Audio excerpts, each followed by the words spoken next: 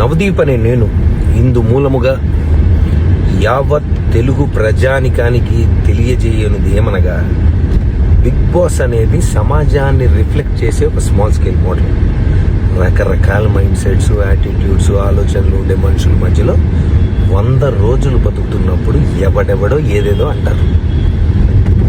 అన్నప్పుడు ఆ మాటల్ని మనం ఎలా తీసుకుంటాం, ఎలా రియాక్ట్ అవుతాం, ఎలా మనల్ని మనం కండక్ట్ చేసుకుంటాం అనేది పాయింట్. దాని టెస్టే అగ్ని పరీక్ష. మాకు కంటెస్టెంట్స్ డేటా ఇస్తారు.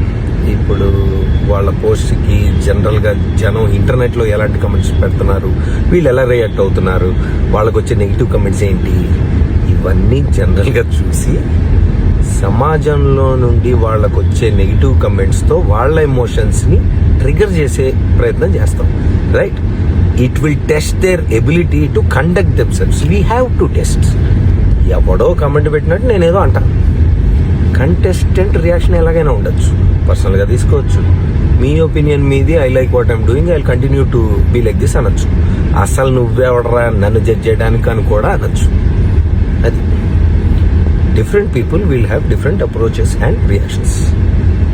బిగ్ బాస్ అగ్ని పరీక్షకి జడ్జ్ అన్నప్పుడే నాకు తెలుసు కంటెస్టెంట్ ఎమోషన్స్ని పుష్ చేసి టెస్ట్ చేయాలని. కాన్సెప్టే అది. హారర్ సినిమాకి వచ్చి నన్ను భయపెట్టదంటే ఎట్లా? ఇక్కడ కాన్సెప్ట్ ఇది. మీ పోస్ట్కి నెగిటివ్ కమెంట్స్ వస్తే నువ్వు ఎలా రియాక్ట్ అవుతావు? అగ్ని పరీక్ష. సమాజానికి ఏం మెసేజ్ అంటే నేను కాదు, బిగ్ బాస్లో పార్టిసిపేట్ చెయ్యాలనుకునే వాళ్ళకి ఏం మెసేజ్ ఇస్తారు అని. నాలాంటి వాళ్ళు ఎంతమంది ఏం మాట్లాడినా తట్టుకొని నిన్ను నువ్వు నమ్మి నవ్వుతూ నడిచే సెల్ఫ్ కాన్ఫిడెన్స్ ఉందా? లేకపోతే బ్రేక్ అయిపోయి ఇంట్లోంచి బ్యాగ్ సర్దుకొని వెళ్ళిపోతావా? అగ్ని పరీక్ష. The show is design to do this. If you can't handle negative comments, ఇంటర్నెట్కి రావద్దు, అగ్ని పరీక్షకి అసలు రావద్దు.